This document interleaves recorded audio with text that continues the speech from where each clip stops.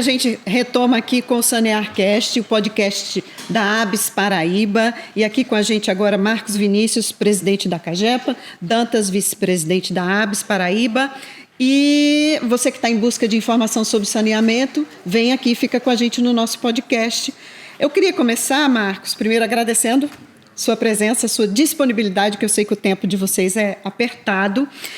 E queria, Dantas, colocar aqui um desafio que é, considerando o novo marco legal do saneamento, a meta de universalização, qual é o desafio da CAGEPA na coleta e no tratamento do esgotamento para a Paraíba? Jo, é extremamente importante e pertinente essa observação sua, porque a gente tem eu diria que a gente tem situações bastante díspares quando a gente olha os municípios da Paraíba que são atendidos pela CAGEPA, né? Nós temos, inicialmente eram 201, depois passou para 202 e agora estamos com 213 municípios após a regionalização, esses municípios se manifestarem para que a CAGEPA pudesse efetivamente atuar de forma legal por meio das micro-regiões após a autorização de todos que fizeram a Assembleia Geral.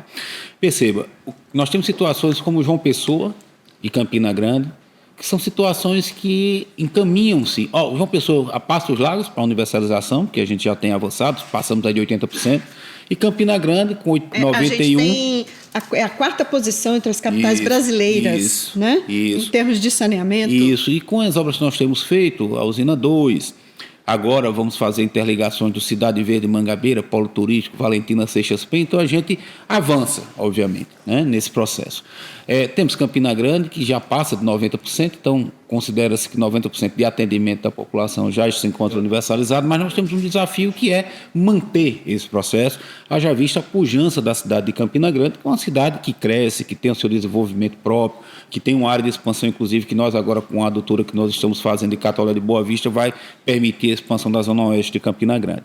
Mas nós temos situações, e aí também o município de Guarabira se insere, nós estamos concluindo a obra, vamos chegar perto de 70%, Monteiro acima de 80%. Então você veja que temos municípios muito bem situados, se nós olharmos em termos de Brasil. Mas nós temos municípios, por exemplo, como Patos, que tem 15%, 16%.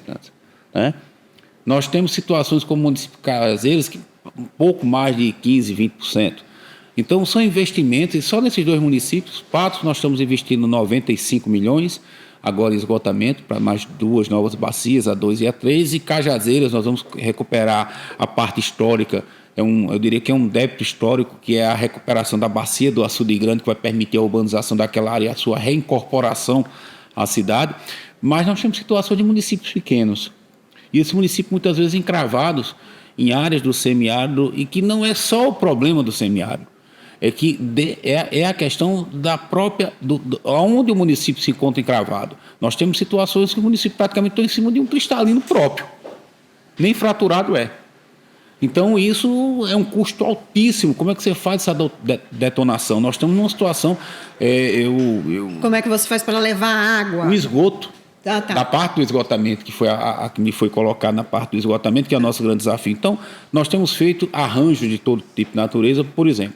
Nós temos o arranjo... Isso aí é uma dificuldade para a realização das obras. Das obras, porque são obras que precisam estar enterradas, precisam fazer a coleta, e aí a gente está fazendo uso de instrumentos como redes condominiais por calçada, para evitar grandes profundidades, porque imagina você ter uma rua de 4 metros, 5 metros de largura e ter que fazer uma detonação em rocha dura com casa de um lado e do outro. Às vezes nem máquina entra, né? Então são situações como essa. A gente tem obras que estão andando em municípios pequenos, essa talvez seja a nossa grande dificuldade, porque são municípios que de per si não conseguem ter viabilidade para ser retirado o financiamento, diferente de Bahia, diferente de Patos, como a gente tirou um financiamento pela FD, Cabedelo, esse município pequeno não tem. Então nós temos construído projetos e inserido esses pequenos municípios dentro, por exemplo, da PPP. Então, os municípios de melhor condições financeiras, que tem uma questão da sua população, ele vai ajustar o sistema e equilibrar para que os municípios menores, como Logradouro, como Belém, como Pirpirituba, como outros municípios, estou citando, que alguns estão inseridos pela PPP, né? A complementação do São José de Piranhas, Bom Jesus, né? Outros municípios possam ter aquilo que lhe é de direito, que é ter o seu esgotamento coletado, tratado e preservado do meio ambiente. Então, a gente tem feito arranjos de diversas naturezas, buscando recursos do governo federal, de financiamento, para poder buscar a universalização. Não é fácil, mas seguimos em frente a passos largos nesse desafio. Você vê como a engenharia tem que ser engenhoso, né? Cada estado, cada município tem uma solução diferenciada e precisa realmente planejar e tratar de forma adequada, como a CAGEP tem feito. Me chama a atenção, Marcos, um número que foi colocado para a gente recente.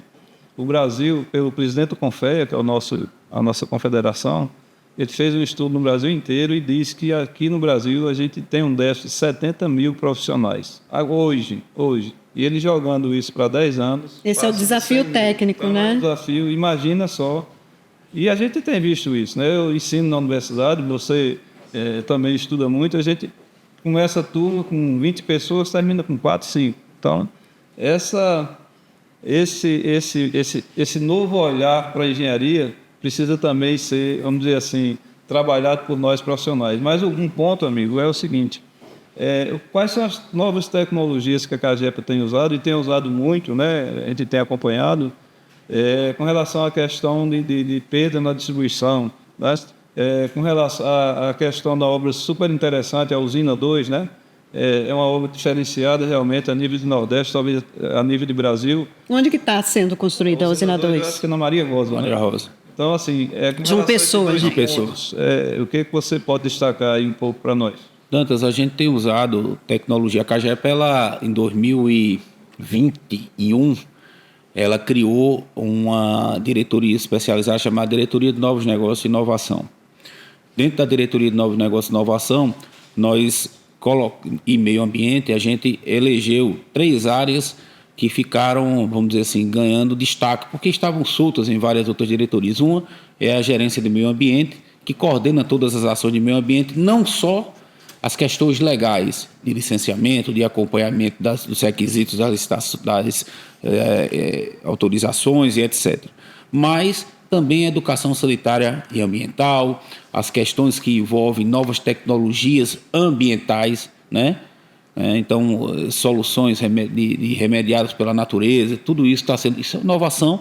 Nós estamos pegando uma cidade, Riacho de Santo Antônio, é uma cidade que a gente deve iniciar esse projeto piloto, porque a cidade implantou pela FUNASA uma parte, cerca de 60% da sua rede, está coberta com rede de esgotamento sanitário. Agora, aqueles filtros UASB antigos, que na realidade talvez não tenham sido adequadamente construídos, né? E aí a tecnologia, quando não é muito bem utilizada, ela se torna o que nós chamamos vulgarmente de fossões, né? E hoje ele não permite o tratamento adequado para a disposição. Então, nós vamos fazer esse tipo um sistema natural de tratamento com plantas e tal. Então, um piloto que a gente está dentro da inovação. Esse é um ponto. E dentro dessa área nós criamos uma área de inovação que capitaneia todas as ações de inovação da companhia. A companhia faz parte do Rolo Paraibano e Pessoense de Inovação. Nós temos assento no Polo Tecnológico e no Horizonte da Inovação, que o governo vai inaugurar. Nós somos uma empresa âncora, inclusive já está pronto nosso espaço. Nós temos hoje 2 patentes, copatentes já assinadas. Nós pagamos bolsa de mestrado, doutorado, para que as pessoas estudem soluções dos problemas da CAGEP. Então, nós já temos 2 soluções. Nós temos hoje, sendo estudado, inclusive, gente de fora do Estado vindo buscar essa tecnologia aqui, que é uma tecnologia que nós chamamos de baixo custo, que mede pressão e vazão em rede, foi criada dentro da companhia de automação também. Então, nós temos uma série de ações. E dentro dessas ações de inovação, Dantas, a gente poderia citar, por exemplo, a utilização de métodos não destrutivos para, por exemplo, troca de rede nas áreas de João Pessoa. Imagine você ter, por exemplo, vamos pegar uma Nossa Senhora de Navegantes, a gente ter que parar, abrir aquela avenida toda, num período agora de veraneio, por exemplo, dezembro a março, tirar a rede, deixar aqueles hotéis todos ali sem abastecimento, padarias, restaurantes, só para a gente citar uma avenida, né? E como é que você faz isso? Você vamos para o outro lado da cidade, o centro histórico, a General Osório, cada paralelepípedo daquele, ele tem uma simbologia, ele tem um resguardo. Como é que nós vamos quebrar para fazer uma rede, trocar aquela rede que foram implantada na década de 30, Dantas? Isso. Do século passado. relativamente saturada, que precisa... Isso, e aí eu diria não só saturada, mas ela tem a sua vida útil, como nós também, seres humanos, o material também tem sua vida Como útil. na nossa casa. Entendeu? Então, nós estamos fazendo agora, nós fizemos uma linha de corte, a gente tem, obviamente, a rede referenciada, a gente sabe onde o material que está usando, então a gente fez uma linha de corte. Todo material de ferro, abaixo de 1990, quando ainda era utilizado uma proteção chamada betuminose, não hoje de epóxi, como é, que ela tem uma vida útil maior, e a cimento amianto, ou redes de PVC que estejam com fadigadas, nós estamos trocando todas. São quase 300 quilômetros em João Pessoa de rede que nós estamos trocando. Conversamos com o Ministério das Cidades, apresentamos um projeto ousado, todo pelo método não destrutivo, inclusive que se utiliza de varais de abastecimento. Como é esse? Faça em poucos segundos, explica o que é o método não destrutivo. O método não destrutivo é o seguinte... Sem quebrar? Se a gente fosse trocar a rede, a gente teria que abrir onde está passando essa rede, fazer uma rede paralela e depois fazer a interligação e retirar a antiga, ou deixar ela lá a depender do custo para tirar. Então você teria que abrir valas, nós temos valas ali no centro enorme, imagina você tem que ter arqueólogo. Então, pelo método destrutivo, a gente tem vários... O método destrutivo ele tem várias técnicas. Uma é o que nós chamamos do push, que é quando você pega uma tubulação, você vem como se fosse com uma tubulação nova e passa por dentro da outra. É uma tecnologia. Nós podemos utilizar também a que nós chamamos do esgarçamento. O esgarçamento é como se a gente tivesse um cone com as lâminas, ele passa pela tubulação antiga, ela rasga a anterior, abre e vem com a tubulação maior passando. Essa tubulação é uma tubulação de PIB, material muito mais resistente, inclusive a fraldas, e a gente faz essa nova substituição, inclusive dos ramais também, deixando tudo novo, garantindo aí vida útil e evitando vazamento, diminuindo perdas, porque nós temos tubulação de ferro, por exemplo, num diâmetro antigo, que nós chamamos, era um diâmetro de 82 e alguma coisa, que é um diâmetro antigo de cimento amianto, que, por exemplo, quando você pega o elo de ferro, tem um encrustamento que um tubo desse aí não passa hoje água por um tubo de 32 milímetros. Então, a gente vai recuperar essa primeira etapa em torno de 90 milhões de reais, está em licitação, e hoje nós esperamos concluir essa licitação e dar outro serviço para o Centro, Roger, Torre e Jaguaribe, que são os bairros mais antigos de nossa cidade, começando por esses bairros. Ok, é um desafio técnico aí para vencer, inclusive, as perdas de água no caminho da distribuição dessa água, Isso, né? Isso, as perdas reais. Tá bom. Dantas, tem alguma questão para...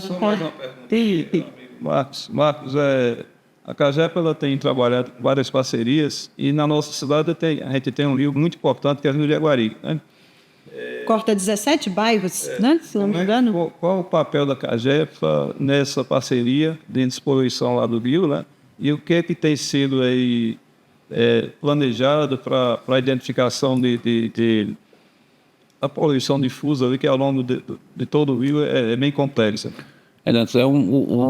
O Rio Jaguaribe é um problema extremamente complexo devido à sua ocupação, muitas vezes desordenada ao longo da sua história, né? Ao longo da história da nossa cidade, né? A nossa cidade ela cresceu do rio para o mar, é diferente de outras cidades, né? Exatamente. Então a gente veio fazendo essa ocupação, e essa ocupação, na hora que muitas vezes nós desocupávamos essas primeiras ocupações, como podemos citar ali a própria Beira Rio e outros, as comunidades foram se apropriando dessas áreas, também seguindo o movimento da própria cidade, né? E o rio, obviamente, ele tende no Rio Caso Espécie de Jaguaribe, ele nasce dentro da cidade de João Pessoa e sai ali para, vamos dizer assim, para se fechar ali na divisa do Bessa com o Intermares. Do Intermares exatamente, o Bessa com o Intermares. Então, essa área ela é bastante complexa. Então, um problema dessa natureza, por extensão que tem o Rio Jaguaribe, passa por dentro da Mata do Buraquinho, tem ações e ocupações de comunidades e de ocupações humanas ao longo desse processo durante muito tempo. Então, a gente não pode simplesmente querer que um problema complexo seja resolvido de uma hora para outra ou simplesmente por uma ação de um órgão. A CAGEP ela faz parte de um processo, mas ela não pode fazer um processo sem estar junto com a Secretaria de Habitação do município de João Pessoa, com a de Cabedelo, porque ali nós temos uma interface, com a Secretaria de Meio Ambiente dos municípios, Secretaria de Meio Ambiente do Estado, a SUDEMA. Então, é um trabalho conjunto que está sendo feito. Esse processo, existe um procedimento do Ministério Público Federal, nós junto pegamos esse processo, conversamos bastante, temos um procurador, que é o doutor Renan, que nos chamou ao processo e conversamos bastante e eu disse, olha, problemas complexos, eles não são resolvidos com soluções simples muitas vezes. Você tem que entender a complexidade e tratando de forma simples as várias complexidades que tem dentro do processo maior. Então nós fizemos, e o próprio Rio Jaguaribe é isso, nós temos uma ação da prefeitura ali naquela área da Beira-Rio, vamos dizer assim, na ministra Américo de Almeida. Então aquele processo ali é um processo que já está sendo cuidado pela prefeitura. O nosso cuidado é, durante a execução, a gente verificar a ligação para evitar que se tenha novas ocupações antes e efetivamente nova poluição do rio. Então você já tem um trecho ali. Nós temos um trecho que é do Castelo Branco, que a prefeitura também, junto conosco, já trabalhou nesse processo. E aí vamos começar da foz do rio para a nascente. Para que a gente venha fazer. Então decidimos, da foz do rio, ali do Maceió do Bessa, até a primeira etapa, que é ali na ponte do retorno de Manaíra. Então nós vamos trabalhar o processo. E veja como é complexo. Dentro desse trecho, que a gente pensava que era um trecho, nós identificamos 4 situações diferentes, que tem que ser tratado 4 áreas diferentes. Nós temos área que a rede está pronta, mas as pessoas não conseguem se ligar, que é uma alternativa diferente. Nós temos área que tem rede, mas a população não tem condições de se ligar pela forma que foi ocupada, inclusive financeira. Então, como é que a gente tem a rede na porta, como é que a gente liga aquela casa? Como é que a gente traz essa população? Então, aí cabe a prefeitura, junto conosco, fizemos já todo um trabalho de levantamento, casa por casa, o que é preciso, precisa fazer uma estrutura interna. Então, é um processo complexo. Terminou essa etapa, nós vamos partir para outra etapa que vai dali até a Rui Carneiro. Da Rui Carneiro, aí até ali depois da Beira-Rio, permeando já a descida do Castelo Branco. E assim nós vamos até chegar na Centro Rio. É um processo complexo que envolve a sociedade, que envolve vários órgãos, que envolve um cuidado com a população, porque a população que está ali, ela não está ali muitas vezes numa ocupação irregular porque ela quer, porque às vezes é uma necessidade que foi imposta durante anos de ocupação. Então a gente tem que ter esse cuidado e se a gente for esperar a condição ideal que a gente está vendo na Beira-Rio, que é você remover as pessoas da margem, de forma a garantir que a cota de inundação não entre nas casas, fazer todo um trabalho, nós não vamos resolver o problema. Então nós vamos fazer um trabalho para resolver o problema do esgotamento do rio, dotar as casas de condições adequadas, e aí a gente faz regularização de água, trabalho técnico-social, trabalho inclusive de inserir essas pessoas que têm o direito na tarifa social. Então você vê que é um trabalho que não é só esse processo, Porque muitas vezes a pessoa diz, não faz porque não quer. O rio tem esgoto e bota a culpa no órgão, quando na realidade a gente tem que entender que o sistema de esgotamento é um processo complexo que é necessário o envolvimento de cada cidadão nessa construção. Então, eu acho que é um trabalho é um trabalho de longo prazo, mas eu tenho certeza que esse piloto que a gente está fazendo, o resultado será extremamente satisfatório. Parafraseando aqui o nosso mestre Saturnino de Brito, ele diz o seguinte, ele diz que as soluções verdadeiras de engenharia, a gente vai aprendendo com os erros não repetitivos. Você não pode errar da mesma vez. Isso. Por exemplo, a gente tem um caso clássico aqui no Brasil, que é o Rio Tietê. O Rio Tietê foi investido milhões de reais. Governo japonês, governo holandês, não sei. E o que faltou? Hoje chega à conclusão que o que faltou naquele processo? A sociedade ser envolvida no processo. Se apropriar do processo. Apropriar do processo, Então, isso é um ponto importante para que, junto a todo esse processo legislativo, ela realmente se aproprie para que o processo continue efetivo por muito tempo. E aí, são, muitas vezes, processos de sensibilização básicas. Você abordar uma pessoa naquilo que mais afeta ela. Na hora que a gente recupera ou que a gente tira o esgoto, o que é que a gente tira dentro das casas das pessoas? O mau cheiro, o que nós chamamos o marunho, a muriçoca. Então, na hora que a gente mostra para ela que ela faz parte também da solução de um problema dela, que a gente está ali não é para punir, para simplesmente botar, você poluiu o meio ambiente, tem uma regra que diz que você tem que ir para a cadeia. O cidadão está ali, meu amigo, ele muitas vezes não tem um vaso sanitário em casa. Cabe a nós, como poder público, como todo, enorme, trazer o saneamento. Então, a gente tem que entender que existem situações que são fraudes, que são questões delituosas, que aí tem uma situação a ser tratada, mas tem situações que, se a gente for partir somente para a fria letra da lei, a gente não resolve o problema e cria o caos social, que não é o caso. e não resolve o problema. A gente para por aqui para poder liberar Marcos Vinícius, que já está no tempo dele. Quero te agradecer imensamente pela sua disponibilidade, pelas informações, pelo tempo, pela participação aqui no Sanear. E a gente volta já a qualquer momento. Muito obrigado, eu que agradeço.